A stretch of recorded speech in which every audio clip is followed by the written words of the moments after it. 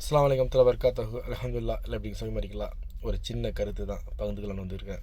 என்னென்னு கேட்டாக்கா, நம்ம பிள்ளைங்கள கஷ்டம் இல்லாமல் வளர்க்கணும்னு சொல்லிட்டு நம்ம நினைக்கிறோம். அது நானும் அப்படி தான்.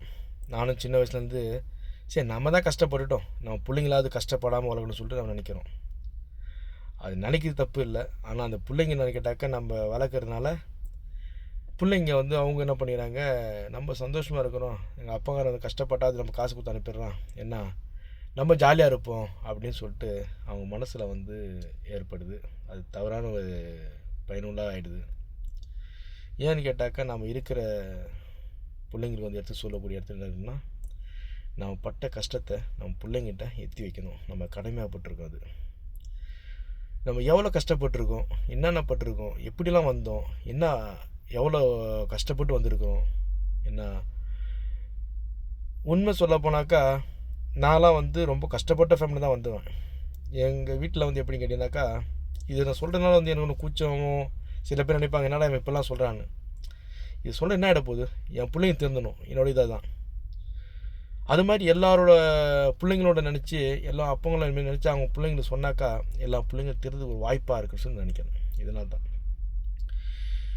நாங்களும் விவசாய குடும்பத்தில் தான் வந்தோம். எங்கள் அப்பா அம்மா இருந்தாங்க, அவங்களோட வேலைங்களை போய்ட்டு நம்ம செய்வோம். என்ன அவங்க காலையிலேயே நடுன்னா எங்களை கூட்டின்னு போயிடுவாங்க. எங்கள் அப்பா கூடயே போய்ட்டு அவங்க கூடயே போயிட்டு ஏறு ஓட்டக்குள்ளே அந்த மண்ணெல்லாம் எடுத்து போட்டுக்கிட்டு மோட்டு பள்ளம் நிறவிக்கிட்டு என்ன இது மாதிரிலாம் கஷ்டப்பட்டு ஒரு என்ன இப்படி விவசாயத்தெல்லாம் கற்றுக்கிட்டுருந்தாங்க. நம்ம இப்போ விவசாயமே இல்லாமல் ஆகிடுச்சு எங்கள் ஏரியாவில். ஏன்னா அவங்கவுங்க ஒரு வேலைக்கு போயிடறாங்க, பெயிண்ட் அடிக்கிறதுக்கு, கார் ஓட்டுறதுக்கு, ஏதோ வேலை செஞ்சுட்ருக்காங்க, அவங்களுக்கு தெரிஞ்சு வேலை செஞ்சுட்ருக்காங்க. அதுமாரி தான் வேலை செஞ்சுட்ருக்கோம். சரி, நம்ம பிள்ளைங்களை நம்ம தான் கஷ்டப்பட்டு வந்துட்டோம், நம்ம பிள்ளைங்கள கஷ்டப்படாமல் இருக்கணும், நம்ம அந்த பிள்ளைங்களை நல்லா வளர்த்துட்டுன்னு சொல்லி நினைக்கிறாங்க சில பேருக்கு. அது தவறான போயிடறாங்க பிள்ளைங்க. ஃபஸ்ட்டு என்னென்னு கேட்டாக்கா, அவங்களோட தப்பு என்ன ஆகுதுன்னு கேட்டாக்கா, ஃபஸ்ட்டு வண்டி வேகமாக ஓட்டுறாங்க. ரெண்டாவது தப்பு என்ன கேட்டாக்கா, தம் அடிக்க ஆரம்பிக்கிறாங்க.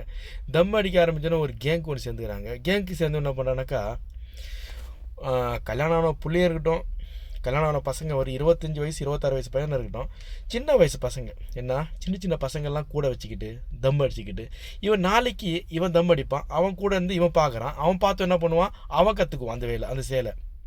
என்ன அதோட தப்பு நம்ம கேட்டனாக்கா அவங்களுக்கு ஈஸியாக இருக்கலாம். ஆனால் பின்னாடி அவன் கற்றுக்கிட்ட பிறகு அவன் சொல்லுவான், நான் இவராக தான் நான் கெட்டு குடிச்சாரா போனேன் அப்படின்னு அவன் சொல்லுவான். அந்த இடத்துக்கு நீங்கள் தள்ளப்படுறீங்க. முடிஞ்ச அளவுக்கு அந்த பிள்ளைங்களை உங்கள் கூட வராங்களா, ஏய் உங்களாம் இங்கே வேலை போங்க, இது நீங்கள் தான் கெட்டு போயிட்டீங்க, அந்த பிள்ளைங்க கெடுக்குறீங்க. என்னோடய கேள்வி அதுதான். என்ன அதனால் முடிஞ்ச அளவுக்கு தகுத்துக்குங்க. முடிஞ்ச பேரண்ட்ஸுங்க அவங்களோட பிள்ளைங்கிட்ட நம்ம செய்த எப்படி வளர்ந்தோம், எப்படி கஷ்டப்பட்டு வந்தோம்னு சொல்லிட்டு அந்த பிள்ளைங்களுக்கு எத்தி வைங்க.